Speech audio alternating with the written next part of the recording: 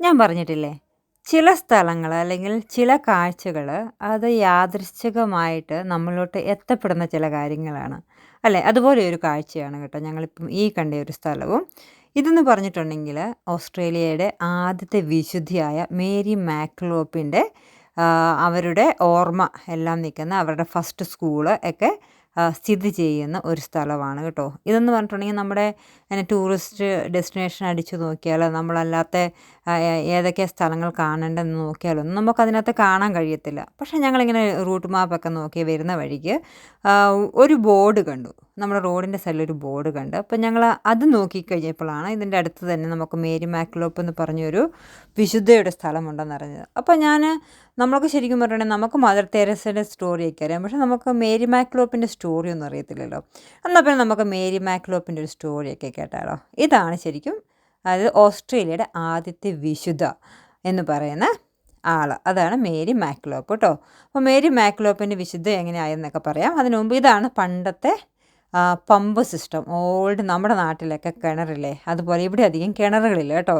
അപ്പോൾ പണ്ടത്തെ ഇവിടുത്തെ ഒരു കിണറും അതിനോട് ചേർന്നിട്ടുള്ളൊരു പമ്പ് സിസ്റ്റമാണ്. ഇതിനൊക്കെ വർഷങ്ങളോളം പഴക്കമുള്ളതാണ്. ഇത് 1867 അല്ലെങ്കിൽ 100-150 കൊല്ലത്തോളം പഴക്കമുള്ള ഒരു കിണറും അതിനോട് ചേർന്ന് അന്നത്തെ കാലത്ത് ഉപയോഗിച്ചിരുന്ന കുറച്ച് പമ്പ് സെറ്റുകളൊക്കെ കേട്ടോ.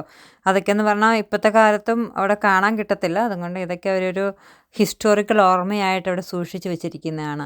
ഇപ്പോൾ നമ്മളിപ്പോൾ കാണാൻ വേണ്ടി പോകുന്നതെന്ന് വെച്ചിട്ടുണ്ടെങ്കിൽ നമ്മുടെ ഓസ്ട്രേലിയയുടെ ഫസ്റ്റ് വിശുദ്ധിയായ മേരി മക്ലോപ്പിൻ്റെ അവരുടെ എന്നാ പറയുക ഹിസ്റ്റോറിക്കൽ സ്റ്റോറിയൊക്കെ കീപ്പ് ചെയ്തിരിക്കുന്ന ഒരു എക്സിബിഷൻ സെൻറ്റർ ഉണ്ട് ഇവിടെ.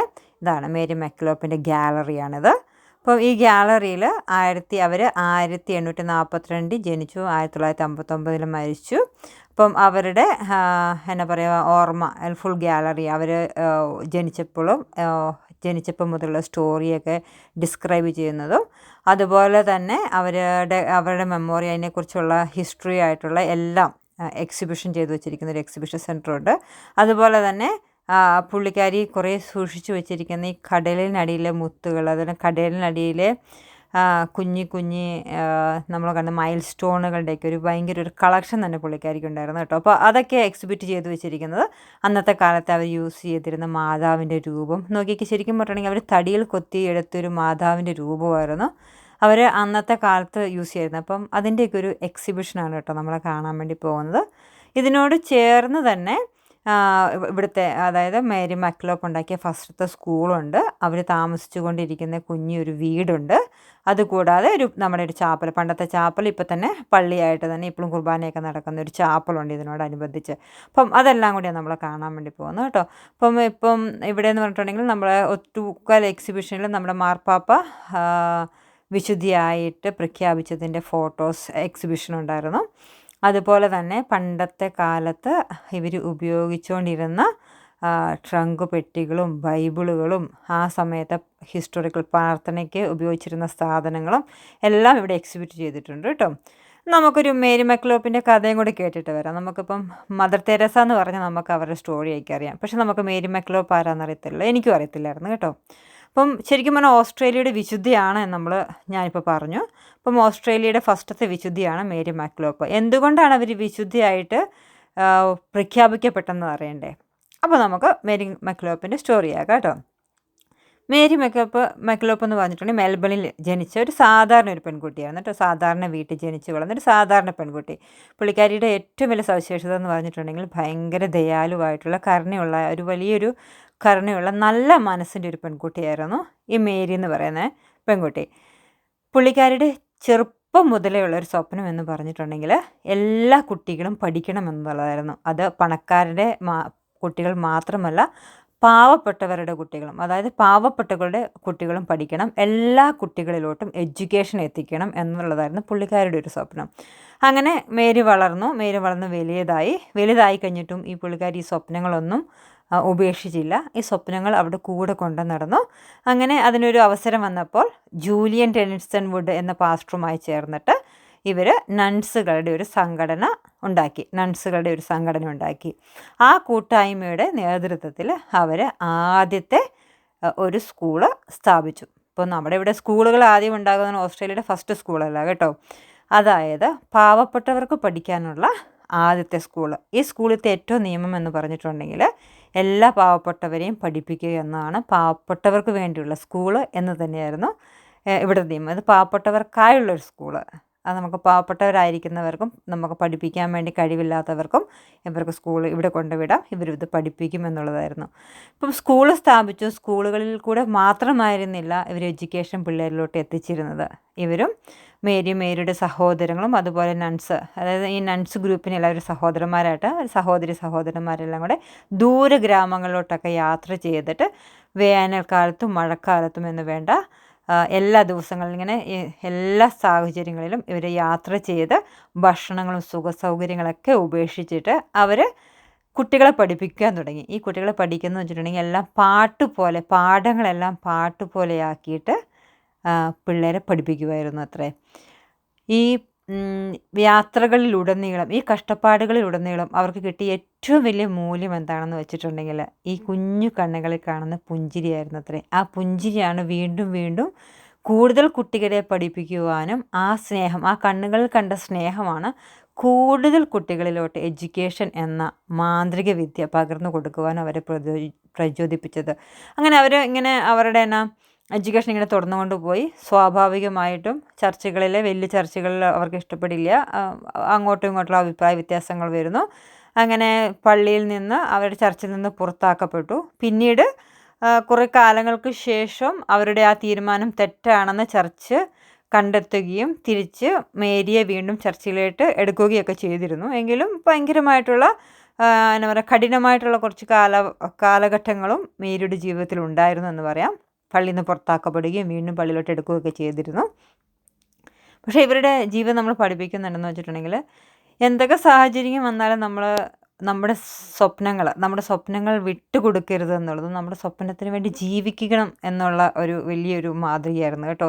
ഇതൊക്കെയെന്ന് പറഞ്ഞിട്ടുണ്ടെങ്കിൽ ആ കാലങ്ങളിൽ അവർ ഉപയോഗിച്ചിരുന്ന ഡയറികൾ, അവരുടെ പ്ലാനുകൾ, എങ്ങനെയൊക്കെ കിട്ടിയിരിക്കുന്ന അപ്രീഷിയേഷനുകൾ, ഹോണറുകളൊക്കെ ഇല്ലേ, അതൊക്കെ എക്സിബിറ്റ് ചെയ്ത ഒരു ഇതാണ് ഇവിടെ കൊടുത്തിരിക്കുന്നത്. ആ സമയത്ത് പള്ളി അവർക്ക് സ്വന്തമായിട്ട്, നമുക്കറിയാമല്ലോ കന്യാസ്ത്രീകൾക്കൊക്കെ പ്രാർത്ഥന ഏരിയയൊക്കെ ഉണ്ടല്ലോ. അപ്പോൾ അവർ യൂസ് ചെയ്തിരിക്കുന്ന ട്രങ്ക് പെട്ടികളും അന്നത്തെ കാലത്തെ ബൈബിളൊക്കെ ഭയങ്കര വ്യത്യാസം കേട്ടോ.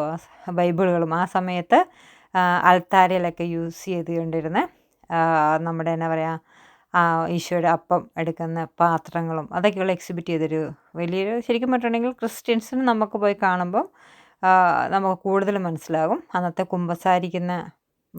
കുമ്പസാരപ്പെട്ടിയാണിത്. അപ്പം അതൊക്കെ ഒരു എക്സിബിറ്റ് ചെയ്തിരിക്കുന്ന ഒരു സ്ഥലമാണ് കേട്ടോ. അപ്പം ഞങ്ങളെല്ലാം ജസ്റ്റ് ഒന്ന് പോയി കണ്ടു. ഇവിടുത്തെ ഏറ്റവും നല്ലൊരു കാര്യം എന്ന് പറഞ്ഞിട്ടുണ്ടെങ്കിൽ ഒത്തിരി അധികം എന്നാ പറയുക, ഓട്ടിസം ബാധിച്ച ആളുകളും അങ്ങനത്തെ പിള്ളേരുകളും വന്നിട്ട് അവരുടെ പഠനത്തിൻ്റെ അതിനൊക്കെ ആ വീടിൻ്റെ ഒരു മാതൃക ഇവരുണ്ടാക്കി വെച്ചിരിക്കുന്നതാണ്, ജസ്റ്റ് തടികൾ കൊണ്ടിട്ടത്. അപ്പം ഞങ്ങളിവിടെ വന്നപ്പോഴത്തേക്കും ഒത്തിരി അധികം എന്നാ പറയുക ഡിസബിലിറ്റി ഉള്ള പിള്ളേരെയൊക്കെ ഇവിടെ കൊണ്ടുവന്നിട്ട് അവരെ കാണിച്ചു കൊടുക്കുന്നുണ്ടായിരുന്നു കേട്ടോ. അവർക്ക് ഞങ്ങൾ കണ്ടതിലും വെച്ചിട്ട് എനിക്കത് ഇവിടെ കൂടുതൽ വിസിറ്റേഴ്സ് വന്നിരിക്കുന്നത് ഈ ഡിസബിലിറ്റി സെൻറ്ററിലെ പിള്ളേരെകളൊക്കെ കൊണ്ടുവന്നിട്ട് കാണിച്ചു കൊടുക്കുന്നുണ്ടായിരുന്നു കേട്ടോ. അല്ലാതെ സ്കൂളുകളിൽ നിന്ന് ഇവിടോട്ട് ടൂർ വരുന്നുണ്ടോയെന്ന് എനിക്കറിയത്തില്ലേ. അന്നത്തെ കാലത്ത് അവർ യൂസ് ചെയ്തിരുന്ന ട്രങ്ക് പെട്ടികളൊക്കെയാണ് ഇരിക്കുന്നത്. ഇതിനകത്ത് നമുക്ക് പിന്നെ വേറെ അറിയേണ്ടത് 2010 എപ്പോഴാണ് നമ്മൾ വിശുദ്ധിയായിട്ടെന്ന് അറിഞ്ഞില്ലേ. ജോർജ് നമ്മുടെ വിശുദ്ധിയായിട്ട് പ്രഖ്യാപിക്കുന്നത് 2010 കേട്ടോ. 2010 വരെ വിശുദ്ധിയല്ലായിരുന്നു. അത് കഴിഞ്ഞിട്ടാണ് വിശുദ്ധിയായിട്ട് പ്രഖ്യാപിക്കപ്പെടുന്നത്. അതിനുശേഷം അപ്പം 2010 പാപ്പ ബെനഡിക്ട് 14 അത് ഔദ്യോഗികമായിട്ട് ഓസ്ട്രേലിയയുടെ ആദ്യത്തെ വിശുദ്ധിയായി പ്രഖ്യാപിക്കുന്നത്. അങ്ങനെ ശരിക്കും പറയുകയാണെങ്കിൽ മാക്ലോപ്പ കുട്ടികൾക്ക് നമുക്കൊക്കെ ആയിട്ട് പഠിപ്പിച്ചിരുന്നൊരു പാഠം എന്താണെന്ന് വെച്ചിട്ടുണ്ടെങ്കിൽ സ്നേഹം, കരുണ, വിശ്വാസം, ഈ 3 സവിശേഷതകളാണ് ലോകം മാറ്റാനുള്ള യഥാർത്ഥ ശക്തി എന്നതാണ്. അതായത് കരുണയുള്ള മനസ്സിന് എപ്പോഴും ലോകത്തെ തന്നെ മാറ്റാൻ കഴിയുമെന്നാണ് പറയുന്നത്. നല്ല കരുണയുള്ള മനസ്സുകൾക്ക് അവരുടെ കൂടെയുള്ളവരെ ആണെങ്കിലും അല്ലെങ്കിൽ എന്നാ പറയുക നമ്മുടെ ചുറ്റുമുള്ളതിനെ മാറ്റാനുള്ളൊരു മാന്ത്രിക ശക്തി ഉണ്ടെന്നാണ് പറയുന്നത് കരുണയുള്ള മനസ്സിന്.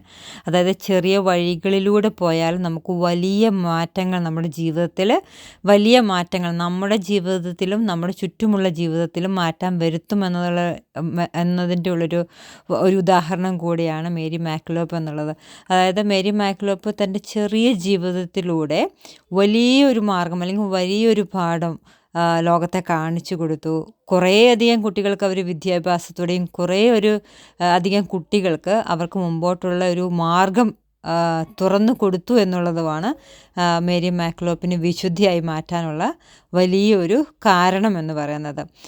അപ്പം ഇതാണ് ഒരു മേരി മാക്ലോപ്പിനെ കുറിച്ചുള്ള ചെറിയൊരു സ്റ്റോറി. അപ്പം ആ വിശുദ്ധയുടെ എന്നാ പറയുക തിരുശേഷിപ്പുകൾ, അവർ വിശുദ്ധയുടെ എല്ലാ കാര്യങ്ങളും സൂക്ഷിച്ച് വെച്ചിരിക്കുന്ന ഒരു ഗാലറിയിലാണ് നമ്മൾ നിൽക്കുന്നത്. അപ്പോൾ നമുക്ക് ബാക്കി കാര്യങ്ങളൊക്കെ കണ്ടിട്ട് വരാം കേട്ടോ. ഇതൊക്കെയാണ് അവിടുത്തെ ബൈബിളും. ആ സമയത്ത് ചില കാര്യങ്ങളൊന്നും എനിക്ക് അറിയത്തില്ല കേട്ടോ, നമുക്കിങ്ങനെ വായിച്ച് നോക്കണം വെച്ചാൽ. പണ്ടത്തെ എനിക്കൊന്ന് ഇവിടെ ഒട്ടുമുക്കാലും ഇവർ സൂക്ഷിക്കുന്നൊരു കാര്യം എന്ന് പറഞ്ഞിട്ടുണ്ടെങ്കിൽ ആ സമയത്ത് പിന്നെയും കാലപ്പഴക്കങ്ങളുള്ള കുറേയധികം സ്റ്റോണുകൾ, മൈൽ സ്റ്റോണുകൾ, അതുപോലെ കടലിൻ്റെ അടിയിൽ നിന്ന് കിട്ടുന്ന വസ്തുക്കൾ, അതൊക്കെ ഇവിടെ എക്സിബിറ്റ് ചെയ്ത് വെച്ചിട്ടുണ്ട്. ശരിക്കും അതിൻ്റെ ഞങ്ങളുടെ കൂടെ ഗൈഡില്ലായിരുന്നു കേട്ടോ. അപ്പോൾ എനിക്ക് അതിൻ്റെ കറക്റ്റായിട്ടുള്ള അത് എന്തുകൊണ്ടാണ് എനിക്കവിടെ എക്സിബിറ്റ് ചെയ്ത് വെച്ചിരിക്കുന്നതെന്ന് എന്നോട് ചോദിച്ചിട്ടുണ്ട്. എനിക്കറിയില്ല. പക്ഷേ കാണാൻ നല്ല ഭംഗിയുണ്ടായിരുന്നു ചിലതൊക്കെ. അപ്പോൾ ഞാനിങ്ങനെ കുറച്ച് കണ്ടു. അപ്പോൾ ഇതൊക്കെയെന്ന് പറഞ്ഞിട്ടുണ്ടെങ്കിൽ അന്നത്തെ കാലത്ത് ഇവർ യാത്രകളിലൂടെയൊക്കെ ശേഖരിച്ച് വെച്ചിരുന്നത്, അല്ലെങ്കിൽ അന്നത്തെ നൺസ് ഇവർ ശേഖരിച്ച് വെച്ചിരിക്കുന്ന സാധനങ്ങളൊക്കെ എക്സിബിറ്റ് ചെയ്തിരിക്കുന്നതാണ്. അപ്പം അതിൻ്റെ ഇവിടുത്തെ ഏറ്റവും വലിയ ഇതെന്ന് വെച്ചിട്ടുണ്ടെങ്കിൽ ഇവിടുത്തെ ഇതിൻ്റെ കാലപ്പഴക്കമാണ് അതിനെ എന്നാ പറയുക ഒരു ശരിക്കും പറഞ്ഞിട്ടുണ്ടെങ്കിൽ ഒരു ഓൾഡ് ഗാലറിയിലോട്ട് ഈ സാധനങ്ങളെയൊക്കെ കൊണ്ടെത്തിക്കാൻ വേണ്ടി കാരണമായിരിക്കുന്നത്. ഇതിൻ്റെയൊക്കെ കാലപ്പഴക്കം എന്ന് പറഞ്ഞിട്ട് 150 മുതൽ 200 പഴക്കമുള്ള സാധനങ്ങളുണ്ട്, സാധാരണ ഡെയിലി യൂസിങ്ങിനുള്ളത്. അല്ലാത്ത മൈൽ സ്റ്റോണുകളും മീനുകളുടെയൊക്കെ ഇതെന്ന് പറഞ്ഞിട്ടുണ്ടെങ്കിൽ 1000 മുതൽ 10,000 ഒക്കെ മില്യൺ വർഷങ്ങൾക്ക് മുമ്പുള്ള സാധനങ്ങളാണെന്നുള്ളതാണ് കേട്ടോ. അപ്പോൾ അങ്ങനത്തെ കുറച്ച് സാധനങ്ങളുടെ എക്സിബിഷനൊക്കെ ഉണ്ടായിരുന്നു. ഇത് കഴിഞ്ഞിട്ടാണ് നമുക്ക് തൊട്ട് പുറകിട്ടുള്ള പള്ളിയിലോട്ട് ഞങ്ങൾ പോയത്. അപ്പോൾ എനിക്ക് എടുക്കാൻ പറ്റുന്ന അത്രയും ഞാൻ ജസ്റ്റ് പോകാൻ പറ്റാത്തവർക്ക് കാണാൻ വേണ്ടിയിട്ട് ഞാൻ ചുമ്മാ എടുത്തായിരുന്നു കേട്ടോ. പിന്നെ ഇപ്പോഴത്തെ കുട്ടികൾക്ക് നമ്മുടെ പണ്ടത്തെ ഈ മൈക്രോസ്കോപ്പുകളും സാധനങ്ങളൊന്നും അറിയത്തില്ലല്ലോ. അപ്പം പണ്ടത്തെ കാലത്ത് ഉപയോഗിച്ചിരുന്ന എന്നാ പറയുക, അന്നത്തെ കാലത്തെ നമ്മുടെ ഇപ്പോഴത്തെ കമ്പ്യൂട്ടറുകളും AI സിസ്റ്റമൊക്കെ ആണല്ലോ മോർ അഡ്വാൻസ്ഡ്. അന്നത്തെ കാലത്തെ നമ്മുടെ ഉള്ള ടെലിസ്കോപ്പുകളും മൈക്രോസ്കോപ്പുകളുടെയൊക്കെ ആയിട്ടുള്ള കുറേ എക്സിബിഷൻസ് ഉണ്ടായിരുന്നേ. ചുറ്റികൾ, ഹാമേഴ്സ്, പണ്ട് അവർ യൂസ് ചെയ്യുന്ന മെഷറിങ് യൂണിറ്റുകൾ ഏതാണ്, അതുപോലെയുള്ള കുറച്ച് സ്റ്റോണുകൾ, പിന്നെ അവിടുത്തെ ഈച്ച് ഡ്രോയിലും ഇങ്ങനെ ഡ്രോ ആയിട്ട് ആ ഡ്രോയ്ക്കകത്ത് അതിനെക്കുറിച്ച് ഡിസ്ക്രൈബ് ചെയ്തിരിക്കുന്ന ഓരോ കക്കയ്ക്കുമുള്ളൊരു പ്രത്യേകത. എനിക്കറിയത്തില്ല, അതിനകത്ത് ഇങ്ങനെ ഒച്ചു പോലുള്ള കുറേ കക്കകൾ കിട്ടുന്നുണ്ട് കേട്ടോ. അപ്പോൾ ഇതിനെക്കുറിച്ചൊക്കെ പഠനങ്ങൾ നടത്തി, ആ പഠനങ്ങൾ നടത്തിയതിൻ്റെ ഡിസ്ക്രിപ്ഷനൊക്കെ, ഓരോന്നിനെക്കുറിച്ചും ഉള്ള ഡിസ്ക്രിപ്ഷനൊക്കെ എപ്പോഴാണ് കണ്ടെത്തിയത്, അപ്പം അതിൻ്റെ സ്പെഷ്യാലിറ്റി എങ്ങനെയാണ് ഒക്കെ. അപ്പം ശരിക്കും പറഞ്ഞാൽ ഈച്ച് ഡ്രോയറും തുറക്കുമ്പോൾ ഇങ്ങനത്തെ സാധനങ്ങളാണ്.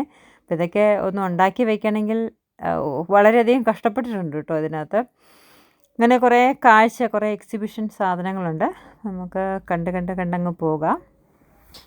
ഇത് അഡിലേഡിൽ മേരി മക്ലീൻ ജീവിച്ചിരുന്ന കാലഘട്ടത്തിലെ എക്സിബിഷനുകളൊക്കെ കേട്ടോ. അതിനെക്കുറിച്ചുള്ള ചരിത്രവും എക്സിബിഷനുകളാണ്. ഇതിനു മുമ്പ് സിഡ്നിയിലും അതുപോലെ തന്നെ മെൽബൺ പ്രദേശങ്ങളിലും ജീവിച്ചിരുന്ന കാലഘട്ടത്തിലെ എക്സിബിഷൻ, അതായത് അവിടുത്തെ ചരിത്രങ്ങളെക്കുറിച്ചും അവിടുത്തെ പഠന രീതികളെക്കുറിച്ചുമുള്ള എക്സിബിഷനുകളൊക്കെ സിഡ്നിയിലും അതുപോലെ തന്നെ മെൽബണിലും ഉള്ള സെൻറ്ററുകളിലും എക്സിബിറ്റ് ചെയ്തിട്ടുണ്ടെന്നാണ് പറയപ്പെടുന്നത്. അവിടെയൊക്കെ ഉണ്ട്, ശരിക്കും എക്സിബിറ്റ് ചെയ്യുന്നുണ്ട്. ഇതെന്ന് പറഞ്ഞിട്ടുണ്ടെങ്കിൽ 1872 മുതൽ 1883 വരെയുള്ള കാലഘട്ടങ്ങളിലാണ് മേരി മക്ലീൻ നമ്മുടെ അഡിലേഡ് എന്ന് പറയുന്ന അഡിലേഡിലെ സൗത്ത് ഓസ്ട്രേലിയയിൽ വന്ന് താമസിച്ചതും ആ സമയത്തുള്ള ആ കാലഘട്ടങ്ങളിൽ നടന്ന ജീവിത ചരിത്രത്തിൻ്റെ ചില ഏടുകളുമാണ് ഇവിടെ നമുക്ക് കാണാൻ വേണ്ടി കഴിയുക. അപ്പോൾ ഈ സമയത്താണ് അതായത് ജോസഫൈറ്റർ എന്നാണ് നമ്മുടെ സ്കൂളിൻ്റെ ജോസഫൈറ്റർ പ്രവർത്തനങ്ങളും അവിടുത്തെ എന്താ പറയുക ഇൻറ്ററാക്റ്റീവ് ഓഡിയോ ആൻഡ് വിഷ്വൽ പ്രദർശനങ്ങളും പ്രാദേശിക ചരിത്രത്തിൻ്റെ താൾക്കഥകൾ എന്നിവയൊക്കെ അവരിങ്ങനെ താളിൽ എഴുതിയിരിക്കുന്ന, അതായത് നമ്മുടെ പേപ്പറുകളിൽ എഴുതിയിരിക്കുന്ന കഥകളും ഒക്കെ എക്സിബിറ്റ് ചെയ്ത് വെച്ചിട്ടുണ്ട്. അത് പക്ഷേ ഇവിടെ ഈ അഡിലേഡിലുള്ള കാലഘട്ടത്തിലാണ് ഇവിടെ എക്സിബിറ്റ് ചെയ്തിരിക്കുന്നത്. അല്ലാത്ത കാലഘട്ടങ്ങളിലൊന്നും ഇവിടെ എക്സിബിറ്റ് ചെയ്തിട്ടില്ല കേട്ടോ. അപ്പോൾ നമ്മളിനി കാണാൻ വേണ്ടി പോകുന്നത്, നമ്മൾ ഇത്രയും നേരം കണ്ടുകൊണ്ടിരുന്നത് മേരി മക്ലോപ്പിൻ്റെ മ്യൂസിയം ആയിരുന്നു. അപ്പോൾ നമ്മളിനി പോയിക്കൊണ്ടിരിക്കുന്നത് എങ്ങോട്ടാണെന്ന് വെച്ചിട്ടുണ്ടെങ്കിൽ വീട്ടിലോട്ട്, നമ്മളിവിടെ താമസിച്ചിരുന്ന വീടൊക്കെ ഇല്ലേ, വീടൊക്കെ കാണണ്ടേ, അപ്പോൾ ആ വീട്ടിലോട്ടാണ് നമ്മൾ പോയിക്കൊണ്ടിരിക്കുന്നത്. അപ്പം ഇവിടുത്തെ വീടെന്തേ ഇതാണ് കേട്ടോ, ഈ വീട്ടിലോട്ടാണ്. ഇവിടെ നമുക്ക് താക്കോലുണ്ട്, നമുക്ക് കയറുന്നതിൻ്റെയൊക്കെ ശരിക്കും ഗൈഡ് കൂടെ വരും. ഞങ്ങൾ ചെന്ന സമയത്ത് വേറെ 2 ഡിസബിലിറ്റി സെൻറ്ററിലെ പിള്ളേർ വന്നിട്ടുണ്ടായിരുന്നേ. അപ്പം അവർക്ക് എക്സിബിറ്റ് ചെയ്യാൻ വേണ്ടി വന്നപ്പോൾ ഗൈഡ് പോയിക്കോട്ടെ എന്ന് വെച്ചപ്പോൾ ഞങ്ങൾ ഓക്കെ പറഞ്ഞു. കാരണം ഹസ്ബൻഡ് ഇച്ചാനൊന്നും ശരിക്കും ഇത് എന്തിൻ്റെ സെൻറ്റർ നമുക്ക് കറക്റ്റായിട്ട് അറിയത്തില്ലാത്തതുകൊണ്ട് നിങ്ങൾ എന്താണെന്ന് പോയി നോക്കുമെന്ന് പറഞ്ഞ് ഞങ്ങളെ പറഞ്ഞു വിട്ടത് കേട്ടോ. അപ്പം അവർ 2 പേരും വന്നില്ല, പിള്ളേർ 2 പേരും ഉറങ്ങിപ്പോയായിരുന്നു. അപ്പം ഞങ്ങൾ 2 പേരും കൂടെ ആദ്യം കയറിപ്പോയത്. അത് കഴിഞ്ഞിട്ടാണ് ഞങ്ങൾക്ക് ഇത്രയും ഇമ്പോർട്ടൻ്റ് ഒരു സ്ഥലമാണെന്നൊക്കെ അറിയുകയും അങ്ങനെ എന്താ പറയുകയോ ചെയ്തു കേട്ടോ. ഇതാണ് പണ്ട് മേരി മക്ലീനൊക്കെ താമസിച്ചിരുന്ന വീട്. തടി കൊണ്ടാണ് ഫുൾ ഉണ്ടാക്കിയിരിക്കുന്നത്. അപ്പോൾ അക്കാലത്ത് അവർ യൂസ് ചെയ്തിരുന്ന ചെയറുകളും അതുപോലെ തന്നെ അവർ യൂസ് ചെയ്തിരുന്ന പാത്രങ്ങൾ, ആ വീടിൻ്റെ സ്ട്രക്ചറൊക്കെ ജസ്റ്റ് മെയിൻ്റനൻസ്, അധികം ഒന്നും മാനിപ്പുലേഷൻ ചെയ്യാതെ ക്ലീനാക്കി വൃത്തിയാക്കിയിട്ട് നമ്മുടെ എന്താ പറയുക അതുപോലെ തന്നെ സൂക്ഷിച്ചിട്ടുണ്ട് കേട്ടോ. ഇവിടെ കാലപ്പഴക്കം ഒന്നും അധികം കേടുവരാത്ത രീതിയിൽ അവർ നന്നായിട്ട് തന്നെ മെയിൻ്റെനൻസ് ചെയ്ത് പോകുന്നുണ്ട്. പക്ഷേ എന്നെ അത്ഭുതപ്പെടുത്തിയ വേറെ ഒരു കാര്യം എന്ന് പറഞ്ഞിട്ടുണ്ടെങ്കിൽ, നമ്മുടെ നാട്ടിലെ ഒരു വിശുദ്ധയുടെയോ അല്ലേ നമ്മുടെ ഇങ്ങനത്തെ ഒരു സ്ഥലം എന്ന് പറഞ്ഞിട്ടുണ്ടെങ്കിൽ അവിടെ ആൾക്കാരുടെ തിക്കും തിരക്കുമായിരിക്കും എപ്പോഴും. അതുപോലെ തന്നെ അല്ലെങ്കിൽ ആളുകളൊക്കെ കയറി ഇതൊക്കെ നശിപ്പിച്ചൊക്കെ ഇടത്തില്ലേ, അങ്ങനെ ഒന്നും ഇവിടെ എന്നാ പറയുക നശിപ്പിക്കുകയോ അതല്ലെങ്കിൽ എന്തെങ്കിലും എന്നാ പറയുക അതൊന്നും കേടാക്കി കളയുകയോ ഒന്നും ചെയ്തിട്ട്, അതല്ലെങ്കിൽ ഇവിടെ നിയന്ത്രിക്കാൻ ആളുകളൊന്നുമില്ലെങ്കിൽ തന്നെയും ഇതൊക്കെ അതുപോലെ തന്നെ മെയിൻറ്റെയിൻ ചെയ്ത് വെക്കുന്നുണ്ടെന്നുള്ളതാണ്. ഞങ്ങളുടെ സാധാരണ നമുക്ക് ഈ വീടുകളിലൊക്കെ കയറണമെങ്കിൽ നമ്മൾ ഗൈഡിൻ്റെ അല്ലെങ്കിൽ ഇവിടുത്തെ ഒരു മെമ്പർ നമ്മുടെ കൂടെ വരും. അവരുടെ കൂടെയാണ് നമ്മൾ എക്സിബിറ്റ് ചെയ്യേണ്ടത്. ഞങ്ങളെ കണ്ടിട്ട് കുഴപ്പമില്ലാത്ത ആളുകളാണെന്ന് തോന്നിയത് കൊണ്ടെന്ന് തോന്നുന്നു ഞങ്ങളോട് തന്നെ പൊയ്ക്കോളാൻ പറഞ്ഞു. അപ്പോൾ ഞങ്ങൾ തന്നെ വന്ന് ജസ്റ്റ് എല്ലാം ഒന്ന് കണ്ടിട്ട്, കാരണം അവർ ഗൈഡിനെ വെയിറ്റ് ചെയ്യുമ്പോഴത്തേക്ക് നമ്മുടെ സമയം പോകുമെന്നുള്ളതിനാൽ ഞങ്ങൾ വെയിറ്റ് ചെയ്തില്ല. ഞങ്ങൾ പോയിക്കോട്ടെ എന്ന് വെച്ചപ്പോൾ ഒരു പെർമിഷൻ തന്നു. അങ്ങനെ ഞങ്ങൾ വന്നിട്ട് ഞങ്ങൾ കാണുക ചെയ്ത് കേട്ടോ. അപ്പോൾ ഇതാണ് പണ്ട് മേരി മക്ലീനൊക്കെ താമസിച്ചിരുന്ന ഒരു വീട്. സാധാരണ ഒരു റൂമും അവർ യൂസ് ചെയ്തിരുന്ന 3-4 ചെയറും അതിനിടയ്ക്ക് ഒരു ആട്ടുകസേര. പണ്ടത്തെ കാലത്ത് ആട്ടുകസേരയൊക്കെ ഉണ്ട് കേട്ടോ. അന്നത്തെ ആട്ടുകസേരയും പിന്നെ അവർ യൂസ് ചെയ്തിരുന്ന കുറച്ച് വെസൽസ്, പാത്രങ്ങൾ, അടുക്കള, കിച്ചൻ്റെ ഏരിയ അങ്ങനെയൊക്കെ കേട്ടോ പണ്ടത്തെ കാലത്തേത്. അപ്പോൾ നമുക്കത് ക്ലോസ് ചെയ്തിട്ട് ഞങ്ങൾ പോന്നു. ഇനിയിപ്പോൾ നമുക്ക് കാണാൻ വേണ്ടി പോകുന്നത് പള്ളിയാണ് കേട്ടോ. പണ്ടത്തെ സമയത്ത് യൂസ് ചെയ്തിരുന്ന ചാപ്പലിൻ്റെ പ്രദേശങ്ങളും കൂടി ഒന്ന് കണ്ടു കഴിഞ്ഞിട്ട് നമുക്ക് സ്കൂളും കൂടെ കണ്ട്, സ്കൂളിൽ കയറണമെങ്കിൽ പക്ഷേ നമുക്ക് ഗൈഡിനെ ഒന്ന് നമുക്ക് വെയിറ്റ് ചെയ്യണം. ഞങ്ങൾ സ്കൂളിൽ കയറാൻ വേണ്ടി നിന്നില്ല, ജസ്റ്റ് സ്കൂളൊക്കെ ഒന്ന് പോയി ഇങ്ങനെ പുറത്തൊന്നും കണ്ടിട്ട് വരികയോ ചെയ്തേ. അപ്പം അവിടം വരെയുള്ള കാണിച്ചു തരാവേ. ഇനിയിപ്പോൾ നമ്മൾ പോകുന്ന ഇവിടുത്തെ പള്ളിയാണ്. പള്ളിയിലും എനിക്ക് എന്നെ അത്ഭുതപ്പെടുത്തിയ ഏറ്റവും വലിയ കാര്യം എന്ന് പറഞ്ഞിട്ടുണ്ടെങ്കിൽ, പള്ളിയിലൊന്നും അധികം ആളുകളൊന്നും ഇല്ല കേട്ടോ. നമ്മുടെ അവിടുത്തെ ഒരു വിശുദ്ധയുടെ സ്ഥലം എന്നൊക്കെ പറഞ്ഞിട്ടുണ്ടെങ്കിൽ നിറച്ചും ആളുകളായിരിക്കത്തില്ലേ, അങ്ങനെ ആളുകളൊന്നും ഉണ്ടായിരുന്നില്ല കേട്ടോ. നമുക്ക് ഫ്രീ ആയിട്ട് തന്നെ, പക്ഷേ ഫുൾ CCTV മോണിറ്റേഡ് ആണ്. ഇവിടെ അങ്ങനെ എല്ലായിടത്തും CCTV മോണിറ്റേഡ് അല്ല, പക്ഷേ ഈ ഏരിയ ഫുള്ള് CCTVയുടെ അണ്ടർ മോണിറ്ററിങ് ഉള്ളത് കേട്ടോ. അപ്പം ഇതാണ് നമുക്ക് ചാപ്പൽ. നമുക്കിവിടെ വന്ന് ഇവിടെ മേരി മക്ലീന് മുമ്പിൽ തിരിയൊക്കെ കത്തിച്ച് പ്രാർത്ഥിക്കുവാനുള്ള സാഹചര്യങ്ങളൊക്കെ ഒരുക്കിയിട്ടുണ്ട്. അപ്പോൾ തിരികളൊക്കെ അവിടെ തന്നെ വെച്ചിട്ടുണ്ട്. നമുക്ക് പേയ്മെൻറ്റ് അങ്ങനെയൊന്നും കൊടുത്തിട്ടില്ല. നമുക്ക് തിരി കത്തിച്ച് വെച്ചിട്ട് പ്രാർത്ഥിക്കാം. അതുപോലെ തന്നെ പള്ളി ചാപ്പലിൽ വന്നിരുന്ന് നമുക്ക് കുറച്ച് നേരം ഇരുന്ന് പ്രാർത്ഥിച്ച് അനുഗ്രഹങ്ങളൊക്കെ മേടിച്ചിട്ടാണ് ഞങ്ങളിങ്ങ് പോകുന്നത് കേട്ടോ. അപ്പം ഇവിടെയാണ് ഞങ്ങൾ പ്രാർത്ഥിക്കാനൊക്കെ ഇരുന്നത്. അവിടെ ഹോളി വാട്ടർ ഉണ്ടായിരുന്നു. ഹോളി വാട്ടറുകളും തിരിയും ഒക്കെ കത്തിച്ച് വെച്ചിട്ടുണ്ട്. സാധാരണ നമ്മുടെ നാട്ടിലത്തെ പോലത്തേക്ക് ഇവിടെ കുർബാനയൊക്കെ നടക്കുന്ന സമയത്ത് ഞങ്ങൾ ഓഫീസ് ഒരു ടൈമിങ്ങിൽ ആയിരുന്നില്ല പോയിരുന്നത്. അതുകൊണ്ടാണെന്ന് തോന്നുന്നു പള്ളിയിലൊന്നും അധികം ആളുകളുണ്ടായിരുന്നില്ല. എനിക്കൊന്ന് മാസിൻ്റെ ടൈമുകളിലൊക്കെ ആയിരിക്കും കൂടുതൽ ആളുകൾ വരുന്നതെന്ന് തോന്നുന്നു. എന്നാലൊരു വിശുദ്ധയുടെ ഒരു സ്ഥലത്ത് നമ്മുടെ അവിടെയൊക്കെ കാണുന്ന അത്രയൊരു തിക്കിത്തിരിക്ക് സഞ്ചാരമൊന്നും ഇല്ലായിരുന്നു കേട്ടോ. അപ്പോൾ അധികം ആളുകളും അങ്ങനെയൊന്നും ഉണ്ടായിരുന്നില്ല. അധികം ആളുകൾ നല്ല പള്ളിയിലൊന്നും ആരും ഉണ്ടായിരുന്നില്ല കേട്ടോ. പക്ഷേ എക്സിബിഷൻ സെൻറ്ററിലൊക്കെ 2-3 ഡിസബിലിറ്റി സെൻറ്ററിലെ ആളുകളൊക്കെ ഉണ്ടായിരുന്നു. നമുക്ക് ജസ്റ്റ് ഒന്ന് കണ്ടേച്ച് വരാം കേട്ടോ. അപ്പോൾ അവൾ അവിടെ ചെന്നു ജസ്റ്റ് തിരിയൊക്കെ വെച്ചൊന്ന് പ്രാർത്ഥിച്ചു.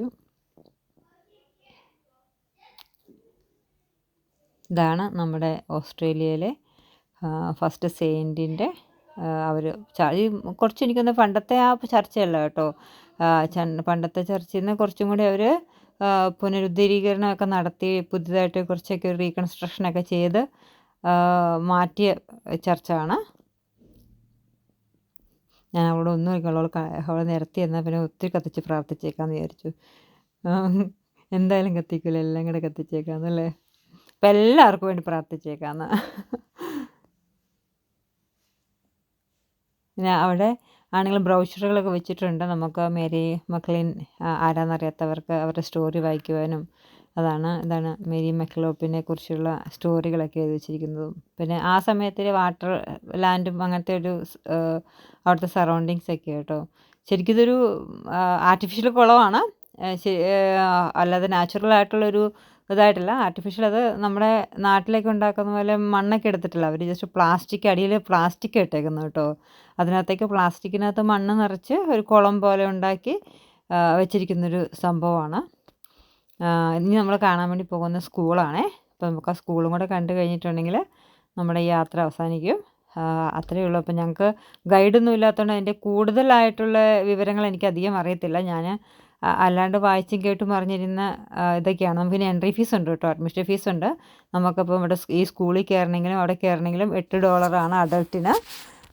ചിൽഡ്രൻ അണ്ടർ എനിക്കത് 14 വയസ്സെങ്ങാണ്ടാണ്, ഫ്രീ ആണ്. എനിവേ, അപ്പോൾ ഞങ്ങൾ സ്കൂളിനുള്ളിൽ കയറിയില്ല. പിന്നെ ഗൈഡിനെയൊക്കെ വെയിറ്റ് ചെയ്യണം, അവരാണ് സ്കൂൾ തുറന്നു തരുന്നത്. അപ്പം ഞങ്ങൾ കാഴ്ചയൊക്കെ കണ്ട് ഇങ്ങോട്ട് പോകുന്നു കേട്ടോ. അത്യാവശ്യമുള്ള വിവരങ്ങളൊക്കെ കിട്ടി. മറ്റൊരു വീഡിയോ ആയിട്ട് വരാം. Bye bye.